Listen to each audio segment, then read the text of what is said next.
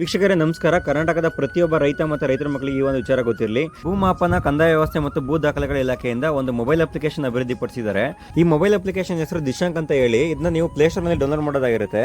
ಈ mobile application ನಿಮ್ಮ ಹತ್ರ ಇದ್ರೆ ಕರ್ನಾಟಕದಲ್ಲಿ ಯಾವುದೇ ಒಂದು ಸೈಟು ಅಥವಾ ಜಮೀನಿನಲ್ಲಿ ನೀವು ಹೋಗಿ ನಿಂತ್ಕೊಂಡ್ರೆ ಆ ಜಮೀನು ಯಾರ ಹೆಸರಲ್ಲಿ ಇದೆ, ಅವ್ರ ಸರ್ವೆ ನಂಬರ್ ಏನು, ಅದು ಎಷ್ಟು ಕುಂಟೆ ಅಥವಾ ಎಷ್ಟು ಎಕರೆ ಇದೆ, ಅದು ಅವ್ರಿಗೆ ಯಾವ ರೀತಿ ಬಂತು, ದಾನದಲ್ಲಿ ಬಂತ ಅಥವಾ ಅವ್ರು ಪರ್ಚೇಸ್ ಮಾಡಿದ್ರ, ಈ ರೀತಿಯ ಮಾಹಿತಿಗಳು ಜೊತೆಗೆ ಅದರಲ್ಲಿ ಏನು ಬೆಳೆಯನ್ನ ಬೆಳೆದಿದ್ದಾರೆ ಅಥವಾ ಯಾವ ರೀತಿ ಮಣ್ಣಿದೆ, ಸೊ ಈ ರೀತಿ ಇದು ಕುಷ್ಕಿನ ಅಥವಾ ನೀರಾವರಿ ಜಾಗನ ಸಂಪೂರ್ಣವಾದ ಮಾಹಿತಿ ನಿಮಗೆ ಸಿಗ್ತಾ ಹೋಗುತ್ತೆ. ಜೊತೆಗೆ ಈ ಒಂದು ಜಮೀನನ್ನ ಅಡವಾನಾಗಿ ಇಟ್ಟು ಎಲ್ಲಾದ್ರೂ ಅವರು ಲೋನ್ ತೆಗೆದಿದ್ದಾರಾ, ಯಾವ್ದಾದ್ರು ಸೊಸೈಟಿಯಲ್ಲಿ ಅಥವಾ ಬ್ಯಾಂಕ್ ನಲ್ಲಿ ಲೋನ್ ತೆಗೆದಿದ್ದೀರಾ, ಈ ಸಂಪೂರ್ಣ ಮಾಹಿತಿ ನಿಮಗೆ ಇದರ ಸಿಗ್ತಾ ಹೋಗುತ್ತೆ. ಜೊತೆಗೆ ಒಂದ್ ಜಾಗದಲ್ಲಿ ಕುಂತು ಬೇಕಾದ್ರೆ ನೀವು ಎಲ್ಲಾ ಸರ್ವೆ ನಂಬರ್ಗಳನ್ನ ನೀವು ಮ್ಯಾಪ್ ಮುಖಾಂತರ ನೋಡ್ತಾ ಹೋಗ್ಬೋದು.